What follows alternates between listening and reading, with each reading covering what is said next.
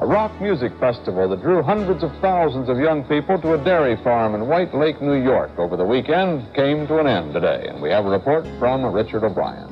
The big problem was that no one had even the slightest notion that they would come in such numbers.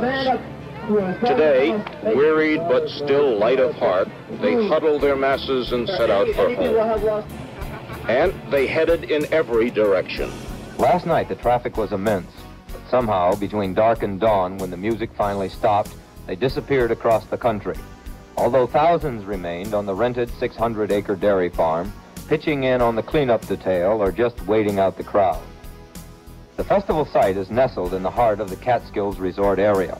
The biggest town nearby is Monticello, and the townspeople, quite frankly, were terrified at the prospect of the hippie arrival. But before it was over, something happened in Monticello. Residents and resorts freely emptied their cupboards for the kids. Merchants were stunned by their politeness. Polite?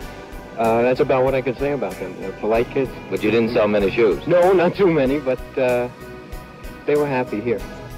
I think they are really a wonderful group of kids. I've never met so many kids in such large numbers that were so polite, so patient, so courteous, and understanding under these conditions that we had here in the last 3 days.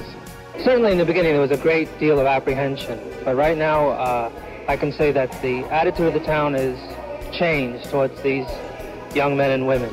They took a lot of aggravation and inconvenience that the average adult wouldn't take. Unfortunately, because much of the press coverage was so jaundiced in its reports of what happened here, not many people in the country will have learned what Monticello learned.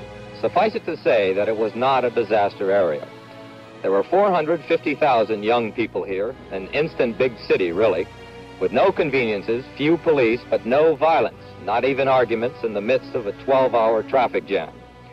It's true, one may not ask for the names of the tailors of these youngsters, but would anyone care to venture a guess about what would have happened if 450,000 well-dressed businessmen were thrown together for 3 days under similar circumstances? This is Gregory Jackson, ABC News, in Bethel, New York.